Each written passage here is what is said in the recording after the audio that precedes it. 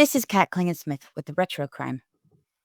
On September 7th of 1899, in Washington, Pennsylvania, a woman registered as Mrs. Ed Palmer was found dead in room 6 of the Duane Hotel. She was wearing a pretty clean nightgown with stockings, and her beautiful expensive clothes were folded neatly on the bed next to her. Her age was guessed to be about 23 years old, and she was the standard of beauty at the time, with her long, small nose, dainty small lips, and pale skin. Her hands were clean except for spots of blood, but on her chest and nightgown there was gunpowder residue. It appeared that she had pressed the gun so firmly into her chest that there had been no blowback. Her left arm was raised casually over her head, holding a handkerchief with blood, as though she had tried to stop the bleeding. On her ring finger was a thick gold wedding band. Her right arm was at its side with the hand still clenched, and a rusty old gun was visible next to her. Yet the shot through her heart would have killed her instantly, and she would have needed both hands. She couldn't have dabbed her chest or even move her arms. The scene was confusing. It looked like a suicide that had also been staged to look like a suicide. There is no sign of Mr. Palmer. She lay there, a mysterious, tragic beauty, perhaps abandoned by her husband. The night prior, guests had heard her arguing with two men in her room. Because of their disruptiveness, the staff finally ordered the men to leave. This was a little after midnight, and the last time Mrs. Palmer was seen alive. The men were identified as Ed and Bert Phillips, brothers and local tin workers. Ed was 31, married with 4 children, and lived in Bridgeport, Ohio, across the Ohio River from the Vice City of Wheeling, West Virginia. Bert was a year younger, also married, but according to census records, didn't live with his wife. Instead, he lived with his parents on Chestnut Street in Washington, Pennsylvania. After the brothers left the hotel in a handsome cab, the driver drops them off at their parents' house about a mile and a half away. Around 1:30 a.m., a guest who was still up heard a gunshot, but he assumed it came from outside, which would have been a fair guess because it was Labor Day week, and Washington, Pennsylvania celebrated enthusiastically because it was a town filled with mill and mine workers. The night that Mrs. Palmer died, a porter was sleeping on a sofa down the hall because Mrs. Palmer had asked him to wake her up at 4:30 a.m. He didn't hear the gunshot, or at least he didn't think he did. This is why forensics acoustics is a highly specialized field. Since the gun was pressed securely into her chest, her body acted as a muffler. The porter wouldn't have heard that little sonic boom that we associate with gunshots. The sound energy would have traveled upwards and downwards through solids since it wasn't released freely in the air. Since Mrs. Palmer was on the first floor, the only witness to the boom could have been the room above her because their beds were pressed against the same wall. Everyone else would have heard a muffled thud, and hotels are filled with muffled thuds. What the porter did hear and see was Bert Phillips returning to the room around 3 a.m. and the sound of someone washing up. He never saw Bert Phillips leave, but he must have gone through the window because later that morning he came back through the dining room. He told the porter not to get the police involved and he would take care of everything. The porter went to check on Mrs. Palmer. Her room was locked and there was no answer. He climbed in through the window and immediately contacted the police. The coroner was notified, told about the Phillips brothers' involvement, and instructed the police to lock them up while he investigates. Joseph Phillips, the father of the brothers, had already secured the politically involved local hotshot attorney McCracken. The police found 2 messages on the desk for the porter to deliver. The first message was a sealed one, and it read, "If I die, send someone after Mr. Edgar Phillips. You go out to Chestnut Street, anyone can tell you where he lives, and he will pay them. And do not give it to anyone but him. So do this for me, or either as soon as you discover this, and then he will send for Mr. Palmer, and he will send me home then. So tell him I die his honest and truthful wife. So goodbye. With love and kisses forever, Mrs. Ed Palmer." The second note was unsealed and much more concise. It read, "Please deliver this message at once for me, and here is $1 for doing it. Mrs. Ed Palmer. Tell him to telegraph my sister, Mrs. Martha Dandridge, to Lacathe, Ohio, number 212 Hickory Street. I done it myself." In Mary's purse, there were a few more dollars and 2 return tickets to Pittsburgh. In lockup, Ed Phillips confessed that he was Ed Palmer, but that he didn't know the woman's real name. She had gone by many since he met her at a brothel in Wheeling, West Virginia. When the National Road reached Wheeling in 1818, it quickly became a city of vice. Depending on her luck, a runaway girl could make her own wage in a factory or be forced into prostitution. Girls changed their names when they went to new brothels in order to hide from a previous one, and Wheeling had plenty to choose from south of Wheeling Creek. Ed admitted that in June, he and the girl had become infatuated with each other and traveled together under the aliases Mr. and Mrs. Palmer. He claimed that several times she threatened to kill herself if he left her, but he didn't think much of it. By the next day, the woman's identity was revealed once Mrs. Martha Dandridge was located in Chillicothe, Ohio. The girl was Martha's little sister, Mary Dandridge, and Martha confirmed that the notes were written in Mary's handwriting. Mary had turned 19 that summer. She had run away from their home in Chillicothe last February. Martha had also tried running away once when she was 16, but she was found with relatives and sent home. The girl in the morgue looked a bit older than 19, but it was indeed Mary. The week prior to Mary's death, Mary and Ed had been staying in a hotel in Pittsburgh, and Mary messaged her sister that they wanted to visit. Martha said she would love to see them both. They told the hotel that they would be going to Ohio next, but they instead took a detour to Washington, Pennsylvania. Mary met Bert Phillips for the first time, and they all met up several times throughout the day. Bert saw them off at the train station. Next, the couple visited Martha. They arrived with an excessive amount of luggage and plenty of money. Mary was excited to share her news that 3 weeks prior, she and Ed had been married in Parkersburg, West Virginia.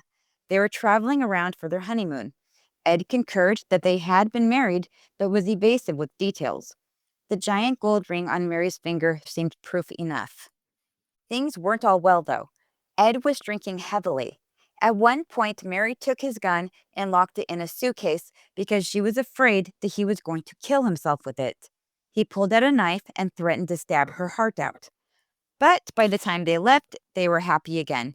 They went to Pittsburgh, then to Washington again to see Bert. Bert's account of what happened was that when Mary and Ed visited the first time, he scolded his brother for running off with another woman and told Mary to leave Ed.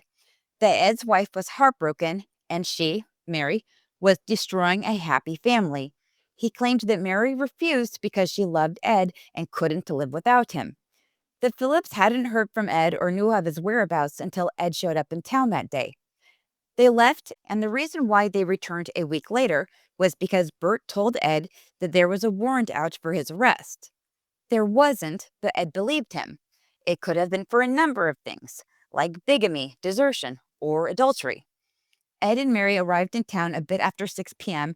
and tried to get a room at the nice hotel they stayed at the week prior, but it was booked. Bert insisted that Ed go see his mother, and in the meantime, he would check Mary into the Duane Hotel. He got a room for Mr. and Mrs. Ed Palmer, and he stayed with her until Ed returned. As time passed, Mary began worrying that Ed wasn't coming back. According to Bert, she told him several times that she would kill herself if Ed left her. At one point, Bert claims she waved the gun around, threatening to kill herself. Finally, she begged Bert to go find Ed and bring him back to her. When Bert brought Ed, she asked for some privacy, so Bert left. When he returned, he said that he tried again to convince Mary to leave Ed, but Mary refused. According to Bert, around midnight, the men were not asked to leave. They left of their own accord and parted on good terms with Mary. They assured her that they would return in the morning. Bert denied returning at 3 a.m. He said that he and his brother arrived around 7 a.m. Their father, Joseph, vouched for them. When they returned to see Mary in the morning, there was no answer and the door was locked. So Bert broke the door down and found her dead. Bert repeatedly said that the only motivation for his involvement was doing the Christian thing and restoring his brother's home. His account was considered believable and noble for trying to behave in the most Christian way. Ed's account was pretty much the same as his brother's, except he denied threatening Mary in Chillicothe. He seemed emotional about the situation and insisted on paying to send Mary back to her family in Ohio. Then Mrs. Ed Phillips came to town, also known as Laura Phillips, Ed's estranged wife. Laura was from England and had been married to Ed for 11 years. They had 4 kids. The oldest was 8 and the youngest was 2. According to her, Ed had left her 4 months ago and took $300 with him. That's about $12,000 in today's money. She hadn't heard from him, didn't know where he was, and had no idea that he was with another woman. She came to Washington because she read about the incident in the paper. And since she now knew where Ed was, she could formally press charges for desertion. Without knowing where he was, there was no one to serve the papers to. But the local court said that she needed to do that in Ohio because that's where he deserted her. After getting this ridiculously misogynistic runaround, she threatened to file a bigamy charge. That was a federal crime. The Phillips family jumped in and were insistent on reconciliation instead. They had too many friends in high places for Laura to take up this battle. Through forced forgiveness, Laura and Ed resumed their marriage. After Burr was praised for being trustworthy and upstanding, he was free to go. The coroner ruled it suicide by desertion, and Ed was also free to go. The body was quickly released, and Ed immediately shipped it to Chillicothe. He returned to Laura, and they stayed married until he committed suicide 36 years later. This sensational story of the mysterious Mrs. Ed Palmer was wrapped up as though it was satisfactorily explained. It wasn't to the residents of Chillicothe. Only half of them were convinced that it was suicide. Obvious things were never addressed, like who manipulated Mary's body after she died and why, or who was lying about Bert Phillips being at the hotel at 3 a.m., the porter or Bert. Who was lying about Ed Phillips threatening to kill Mary with a knife, Martha Dandridge or Ed? I started looking into the history of the Duane Hotel years ago. I've been there. It's right off the train tracks on Main Street in Washington, Pennsylvania. The area hasn't changed much other than the typical Rust Belt decay and attempts at revitalizing it. The U in Duane is missing on the top of the old hotel building, which has since been converted into apartments. There are still shadows from where the outdoor fire escape used to be. It would have rusted away over time until it became a structural liability. But back in the 1890s, the hotel was new and made to be a quality hotel at a reasonable price. It was the kind of place one stayed if the fancy hotels were full. Now, like all old hotels, the Duane building is filled with ghost stories based vaguely on old tragedies. It has taken me a long time to finally figure out the probable answers to the loose ends of this bizarre suicide. Since I wasn't there, I can't know anything for sure, but what I can offer is the most likely scenario, along with logical answers if anyone asks me, how did you know that? To make a long story short, the coroner was right. It was a suicide and Mary was deserted. The rest of it was left out. I don't know why the coroner was being insultingly reductive, but I have a few guesses. In Pennsylvania, coroners are elected officials and not pathologists. He'd have had to order an autopsy, and he didn't, on grounds that he was satisfied with the Phillips story. So he was either logically impaired, didn't care about a soiled dove like Mary, or that Phillips and their attorney influenced him to shut things down as quickly as possible so that they could get rid of the body before someone with a conscience requested a second look. Mary wasn't suicidal until that night.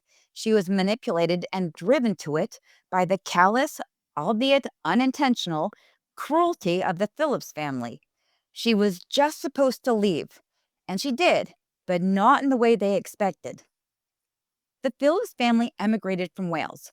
For a long time, the Welsh were the best tin makers in the world, and in the late 1800s, U.S. mills recruited them by offering more money than they could turn down. The Phillips arrived during the industrial boom in Appalachia and were known as the aristocrats of the working class. Ed was a roller, which was a skill that paid far more than other laborers. His father was a superintendent of the Washington Mill and also ran the savings and loan. This made the Phillips family big, powerful fish in a small pond. They weren't going to let their nutty son Ed ruin it with a girl like Mary. Now, Ed Phillips, if he didn't have bipolar 1 disorder, he was doing a fantastic impression of it. Untreated mania can last 3 to 6 months and can be set off by exceptional stress, like another loud child in the house, especially if it's around the summer solstice when the bright sun is extra energizing. From the timeline of running off with Mary in mid June to his drinking and aggression in early September, he was right on schedule. His wife said that she hadn't seen him in 4 months. Manic episodes can be pretty destructive, causing hypersexuality, delusional and grandiose thoughts, overspending, and overall reckless behavior, like running off with his favorite prostitute and throwing money around like they were wealthy, then pretending to marry her and tricking her into believing it. West Virginia kept impeccable marriage records since the early 1800s, and no one remotely close to their names or pseudonyms was acknowledged by the court clerk. Just applying for a marriage license would have shown up in the records, even if it was never turned in. So Ed would have had to find a fake minister with fake paperwork, and this wasn't even original. This was unsettlingly common back then. It was considered the golden age for this scam. It gave men free access to a woman's body, and he could walk away when he was done. No divorce and no alimony. As the days grew shorter, Ed's summer mania wound down. He went into a mixed episode where his mania collided with an emerging depression. He was having suicidal thoughts with aggressive manic energy, like being angry that Mary took his gun to protect him and threatening to cut her heart out with a knife. Nick's episodes are a common time for self medicating through excessive drinking. Awareness would be creeping in of the mess that he now had to clean up. Meanwhile, Mary was in love and a champion at handling volatile men. It's common for people with bipolar disorder to get less mania as they age, but worsening depressive episodes. Eventually, Ed's suicidal thoughts won. His brother Arthur also committed suicide later in life by drowning in the Ohio River. His family denied it to save face, but they couldn't explain why their aging son jumped off a bridge. Mary was plenty crazy herself, but not the suicidal kind. Without a father or attentive mother, she developed unhealthy attachments. She had unfulfilled basic needs for attention and to feel valued. It made her vulnerable to men who showered her with kind words and affection. She was built for codependency and gullibility. Long before the bachelor Ed Palmer ended up being the married man Ed Phillips, Mary had grown up in a distorted reality. It was her family's legacy for things to not be as they seemed. She wasn't even called Mary back in Chillicothe. She was called Fanny because her middle name was Frances. The story of how Mary Frances Dandridge ended up a dead teenage girl alone in a hotel room under a name that wasn't supposed to be fake started a long time ago, before she was even born. Her mother, Rebecca, grew up in Kentucky with a pastor for a father who preached about morality, but meanwhile liked much younger women. He got caught and publicly disgraced when he tried to run off with a parishioner's wife. He was publicly outed for his perversion while pretending to be a man of God. Rebecca left home by marrying into the prestigious Dandridge family. Martha Washington's maiden name was Dandridge, and the country was still young enough for a last name like that to matter. But Rebecca's husband and father of her children didn't live up to their namesake. He was a common laborer and often unemployed for months, maybe from depression, maybe from drinking, maybe from both. Meanwhile, his dangerous relatives were making names for themselves as doctors down the river in Cincinnati. Since he couldn't provide for his family of 7, Rebecca and the kids moved 200 miles away to Chillicothe, where she had relatives in neighboring counties. A woman in Rebecca's position back then, without skills or family money, needed to marry for survival, but that would have meant a divorce, which meant being a public disgrace in her small Ohio town. Instead, she saved her family's dignity by claiming to be a widow. But with her husband secretly alive, she couldn't find a new provider. Had she been Welsh, like the Phillips, they had a solution back then for just the situation. The working class called it the poor man's divorce. because divorces were too hard to get and too expensive to bother trying. Instead, a person would leave their spouse for another, live as a married couple, and after 7 years, the first marriage was considered legally over. It was an open secret because in many cases it was necessary. It was the only way a battered woman could leave a spouse if she didn't come from a wealthy family. Meanwhile, in the United States, it was up to each state. Some made divorces more accessible, and some made them nearly impossible. In areas filled with guns and Bibles, divorces were so hard to get that many women made themselves widows and were acquitted because it was easier to prove self defense than prove a marriage needed to end. Back in the late 1800s, single women provided for their children by taking in washing or sewing. I can't find anything that shows that Rebecca ever earned an income.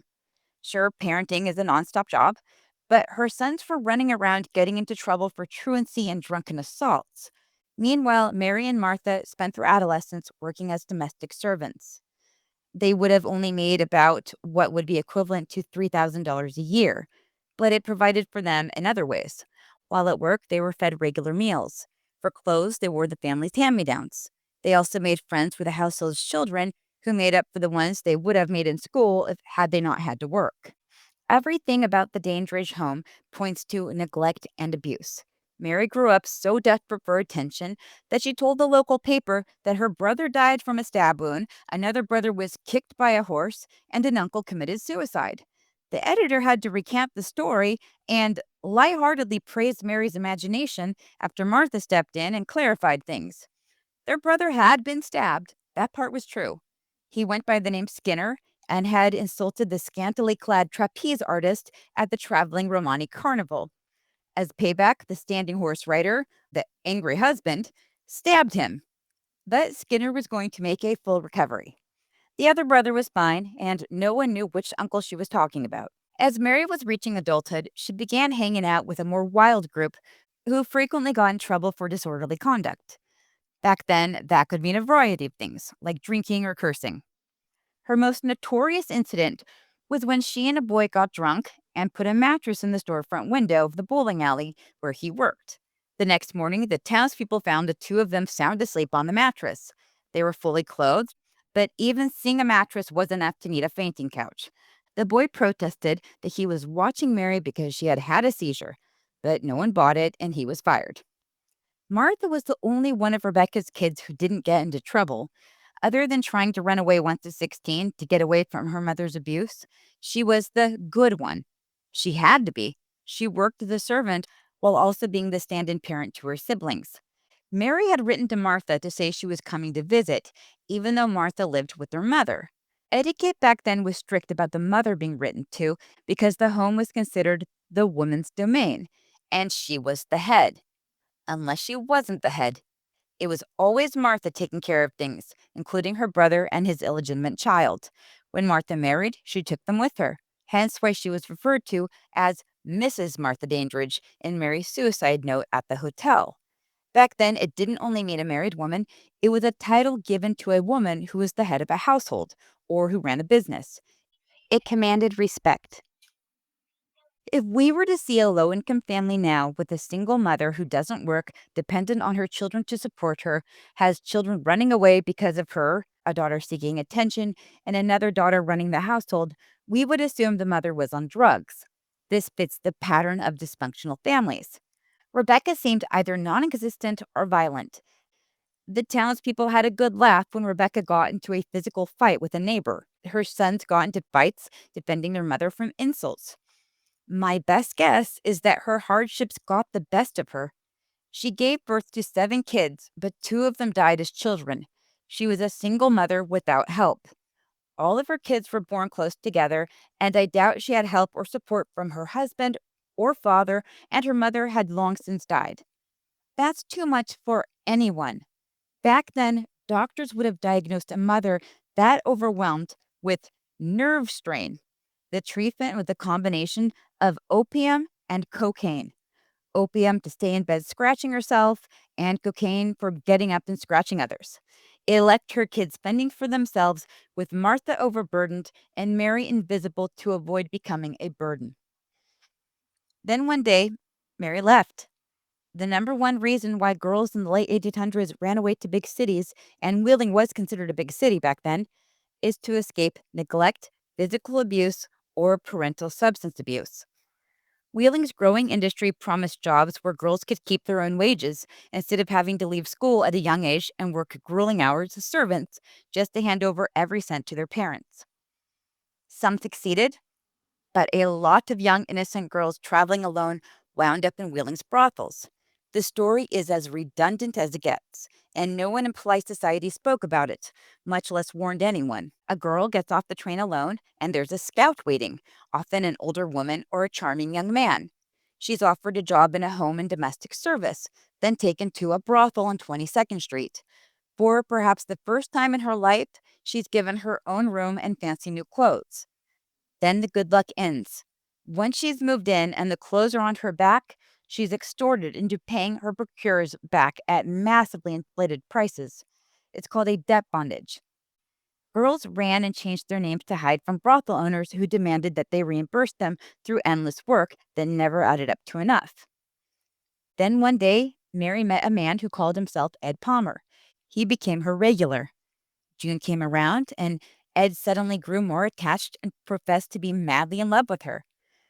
To sell his sincerity, he love bombed her with gifts and grew jealous of other men. One day, he showed up with more money than she had ever seen before and asked her to marry him. Ed was her knight in shining armor, and who would have thought that Fanny Dandridge would wind up a princess? He spoiled her with luxury hotels, restaurants, clothes, and anything else he wanted her to have. That summer, they lived a life that was even more opulent than found in the homes Mary grew up cleaning. A lifetime of unmet needs for attention and love were finally being met. It was like Mary's reward for working all those years, yet never getting to spend money on herself. After they eloped, or at least Mary thought they had eloped, she was excited to use the name Mrs. Ed Palmer. Not only was it the name of a man she loved, but when people heard it, they treated her as a respectable lady. Marriage is a contract, so Mary had what should have been a realistic expectation of the direction her life was going in. After their honeymoon, they would settle in, and she would take care of the home and children that came along. With Ed's wages, they would live comfortably. Clearly, Ed had its issues, but it was nothing that she couldn't handle, like threatening to kill himself with a gun and pulling a knife on her for taking the gun. Women in Wheeling's brothels knew how to handle both guns and violent men. Without anyone in law enforcement to help them, guns were their only protection from dangerous men, many of whom were in law enforcement. Before Mary died, this is the timeline of their honeymoon traveling that we know about. They left Wheeling and at some point went south to Parkersburg to get married. Many train routes ran through Pittsburgh. When in Pittsburgh, the couple would stay at the luxurious Monongahela Hotel, where presidents stayed when they were in town. The porters observed that the couple had a lot of luggage and kept to themselves. They mostly went sightseeing all day, just the two of them. The couple registered at hotels as Mr. and Mrs. Palmer from Pittsburgh. Since their siblings were able to send them telegrams, Bert would have known about Ed using the name Palmer even before he met Mary. At the end of August, they told the porter in Pittsburgh that they were going to Cincinnati. That was the hub for catching the train to Chillicothe. Then at the last minute, they went to Washington, Pennsylvania for a day instead. That's the day Mary met Bert for the first time. I suspect that they made a detour because Ed had already blown through his money and needed to borrow some from his brother. So he suggested to Mary, hey, let's go see my brother since he's so close. They spent a day in Washington, back to Pittsburgh for a night, traveled to Chillicothe to see Martha, stayed a few days, then returned to Pittsburgh. In Pittsburgh, they decided to go to Washington for a few nights, even though it was just an hour south, and bought round trip tickets with the intention of returning to Pittsburgh. On Wednesday, September 6, 1899, a bit after 6 p.m., Mary and Ed got off the train in Washington, Pennsylvania. From what I've pieced together, here is what I think actually happened that night. Ed and Mary went to the Old House Hotel Bar and contacted Bert at La Belle Pharmacy. Pharmacies back then were also soda fountains and local hangouts. Ed wanted to see Bert right away because Bert had gotten word to Mr. Palmer in Pittsburgh that he needed to return immediately, and somehow implied that there was a warrant out, but not obvious enough that the police would have been called by the hotel staff. His ruse worked. I think that's why they needed to stay there a few nights. A warrant for Phillips didn't mean an arrest, it meant contacting the proper channels to make it go away. The first channel being Mr. and Mrs. Joseph Phillips, the brothers' parents. Ed and Mary tried to book a room at their favorite luxury hotel, but it was full. Since the Palmer brothers couldn't tell Mary the real reason why they were there, Bert insisted that Ed go visit their mother. Perhaps on grounds that it was getting late and the reason why Mary couldn't join him would be because she needed to check them into a hotel and Bert would escort her. Mary, having just learned that not just Bert, but the Palmer family lived in Washington, was maybe told that they would bring her tomorrow when it was earlier in the day. All of this sounds reasonable. Ed got into a hansom cab, told the driver to take him to Chestnut Street, and after seeing him off, Burr escorted Mary to the new Duane Hotel right by the train station. She unpacked her bags on the bed next to her and hung out with Bert while waiting for Ed to return. After a couple of hours passed, Mary started getting worried. Meanwhile, Ed was at his parents' house getting an earful. Bert and his big mouth told them that he saw Ed the week prior and that Ed was running around with a girl he met at a brothel. In dysfunctional families, there are assigned roles to protect both the family and the dysfunction. Since Ed was the oldest boy, his role would have been as the family fixer. But Ed was unreliable, so the responsibility became Bert's. Their parents' concern wasn't that Ed left his wife and children, they didn't live locally, and it doesn't sound like they had any relationship with Laura Phillips. They couldn't have Ed running around town with a girl like Mary. They told Ed to get rid of the girl, and Bert would help him. I don't think Ed intended to return to the hotel because he was afraid to face Mary and tell her the truth. He was just going to let Bert deal with her. But Mary was young and in love. Being apart from her new husband felt like withdrawal symptoms. She grew scared that something had happened to Ed and finally convinced Bert to go look for him. Bert brought Ed back, and Mary wanted privacy from Bert, so I suspect Bert had said or done something that she wasn't happy about, like trying to convince her of something preposterous, like that Ed was already married, or forgot that Mary wasn't a brothel inmate anymore. When Ed returned, that's when Mary found out the truth. There was no Ed Palmer. There was Edgar Phillips, and he was already married with 4 children. What do even good people do when they're afraid? They pretend that their intentions were good. They say things like, I never expected to fall for you. I never meant to hurt you. And they find a way to shift blame, even if it's subtle, like, you make me happy, or you were too great to let go. Mary must have been devastated, horrified, shocked, confused. He had pulled out the rug from under her. Romantic love can make people delusional. She was still madly in love with him and believed everything he said. Down the road, she would have realized, wait a minute, he pursued me relentlessly and then arranged a fake wedding. That's messed up. When she became a parent, she would have realized he left his wife and 4 young kids, and before that was visiting brothels. That poor woman. That's messed up. But down the road wasn't meant to be. If the men had actually intended on returning, then Mary wouldn't have killed herself. She would have done anything to be with Ed again. She would have continued trying to convince him not to leave her, begging him to stay. Ed felt terrible, but he was more afraid of his parents than Mary. Burr was there for a reason. I think it was because he was skilled at lying and manipulating. He used his town's deep Presbyterian love for God to save himself. I think he used Mary's love for Ed to make her leave. Or at least that's what he intended. If he tried guilting her with stories of Ed's heartbroken wife, it wouldn't have worked. To Mary, Mrs. Ed Palmer was his heartbroken wife. I bet Bert pulled the warrant card again. Good liars aren't very original so that they can remember their lies. I think Bert told Mary that Ed was going to be arrested for bigamy if she didn't leave, and he would spend years in jail. Why get Ed in trouble when their marriage wasn't even valid anyway? Then Ed must have said something that made Mary believe, beyond a shadow of a doubt, that once he left that room, he was never coming back. Not in the morning, not ever. I think he told her that his real wife was here and he would be staying with her at his mother's and reconciling. That was that. She had lost to another woman. Ed insisted that she take the first train out of town and give her money to get from Pittsburgh to Chillicothe. The man who was supposed to be her future was sending her to the past she had escaped. Why else would she need to wake up at 4:30 in the morning? What else was open besides the train station? Mary protested and sobbed, and the brothers grew frustrated with her emotions. They raised their voices until they were finally kicked out. She couldn't go back to Chillicothe after showing off her husband and fancy new life, though it may have come as a relief to Martha that with Ed's heavy drinking and pulling a knife on her, Mary would be safe from him. And Martha was telling the truth about that. She had exonerated Ed when she confirmed Mary's handwriting on the written confession. Why then suddenly lie to make him look guilty while proving his innocence?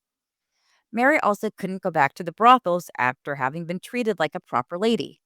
She was 19, so at a disadvantage for decision making because her prefrontal cortex hadn't finished developing. All she could see was that she had lost her husband for good to another woman when she couldn't compete with because only one of their marriage licenses was valid. There was no alimony, no settlement money, just some cash for train fare with nowhere to go and no one to go to. At that moment, Mary must have been the loneliest girl in the world. She wrote her first note before she was certain of her plan. If I die, send someone after Mr. Edgar Phillips. You go out to Chestnut Street. Anyone can tell you where he lives, and he will pay them. And do not give it to anyone but him. So do this for me, or either as soon as you discover this, and then he will send for Mr. Palmer, and he will send me home then. So tell him I die his honest and truthful wife. So goodbye, with loving kisses forever, Mrs. Ed Palmer. Mary was trying to communicate with Ed while protecting him. Now that she knew his real name, she pretended like he knew Ed Palmer, and Ed wasn't a bigamist, just a friend of her husband's. Then she professed to Ed that she was his true wife, which led me to the impression that Ed had told her he was returning to his real wife.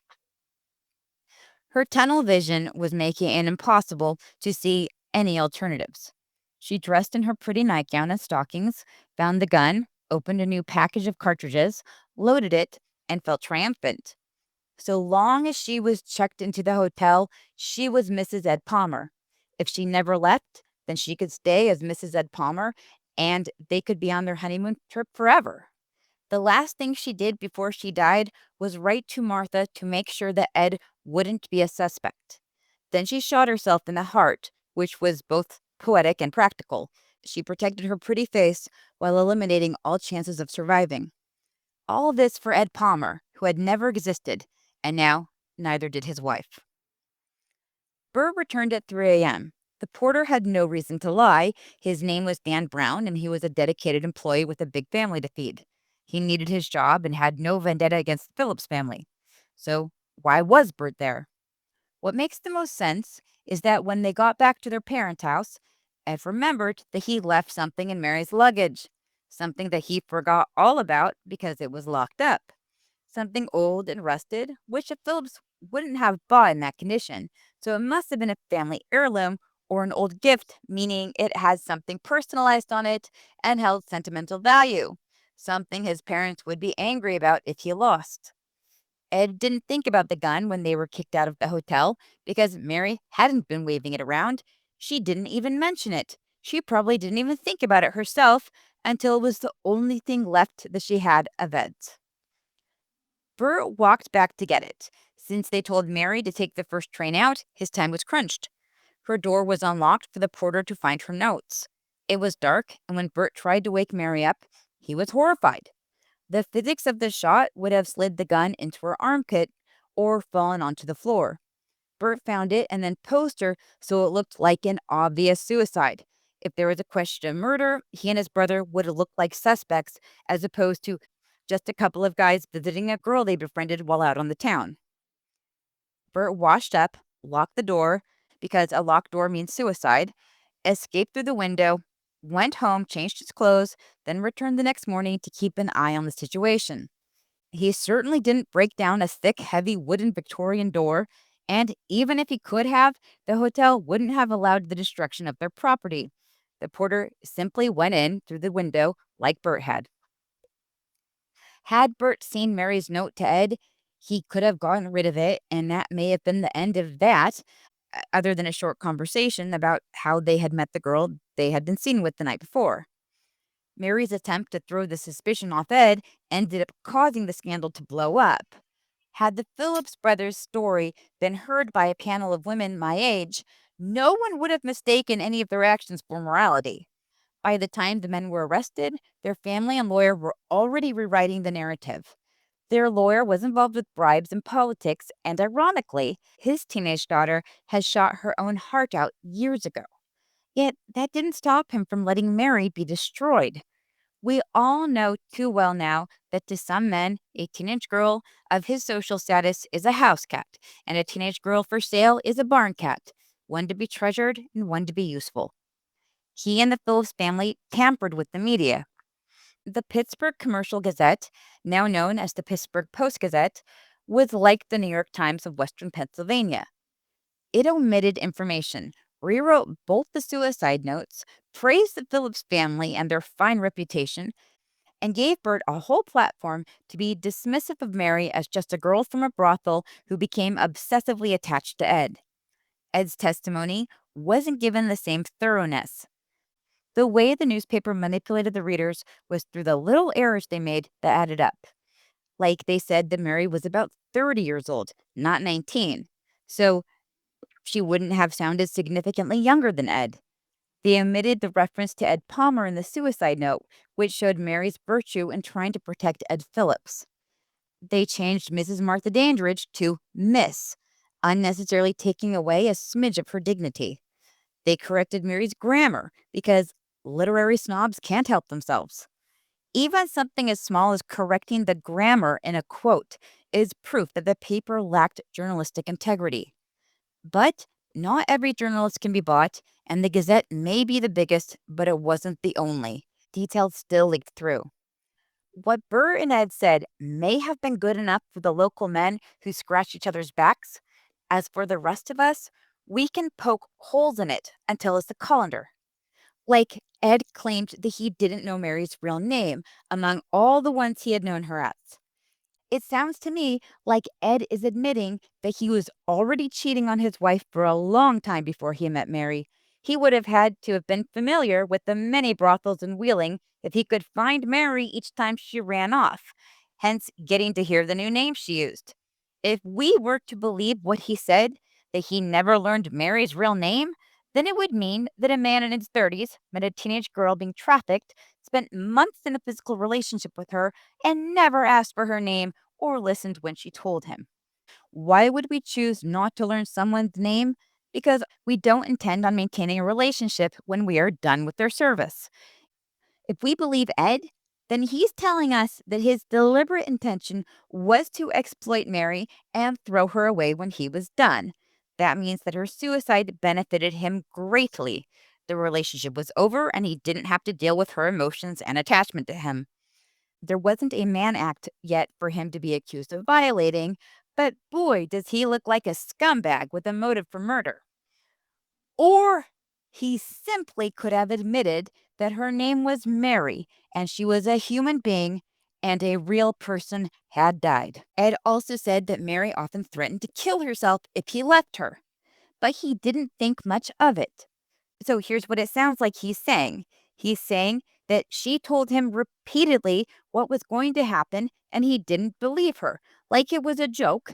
And Mary was such a bad comedian that she retold the same joke over and over again about killing herself and the exact thing that would cause it.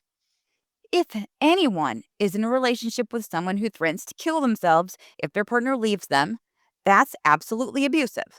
The protocol is to take threats of self harm seriously, don't leave them alone unless they're violent, seek medical attention, and once the immediate threat is taken care of, then the abused partner has the freedom to walk away. That's what we're taught to do now, and that's what was also taught then. When a person expressed a desire for suicide, family and friends arranged a 24-hour watch and a physician was sent for.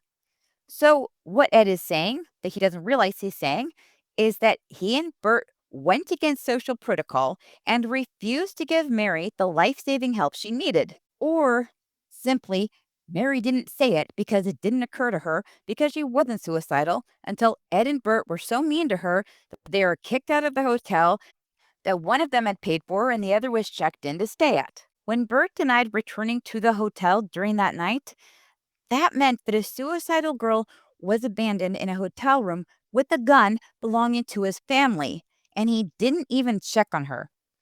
Bert also said that he was trying to do the Christian thing and reunite Ed with his heartbroken wife, Laura. But Laura said that she didn't know anything until she read about it in the paper. She came up to Washington and did not act like a heartbroken wife begging for her happy home back.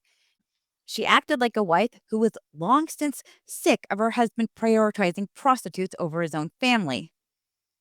Bert's lying, then blaming his behavior on Christian duty is a social get out of jail free card. People don't want to sound anti Christian. I think it's easier to believe that the Phillips were embarrassed by its behavior and asked Bert to fix it. So, why are they lying so blatantly? Because even though they didn't pull the trigger, they're trying to cover up the crime of pushing a young woman named Mary over the edge. The extent of psychological cruelty that they inflicted on her is equal to how nonsensical their lies were. They believed that they were guilty of causing Mary's death. It should have been an involuntary manslaughter charge for both of them. Causing her distress to the point that they had to be removed from her while leaving their firearm behind is exactly what negligent homicide is.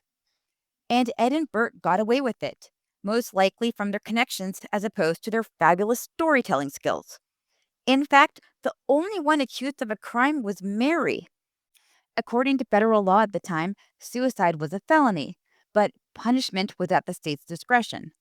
The irony here is that a punishment wasn't possible because dead people can't be held criminally liable. It was a moot point anyway because ever since William Penn and his compassionate Quakers arrived, Pennsylvania considers suicide something needing help, not punishment.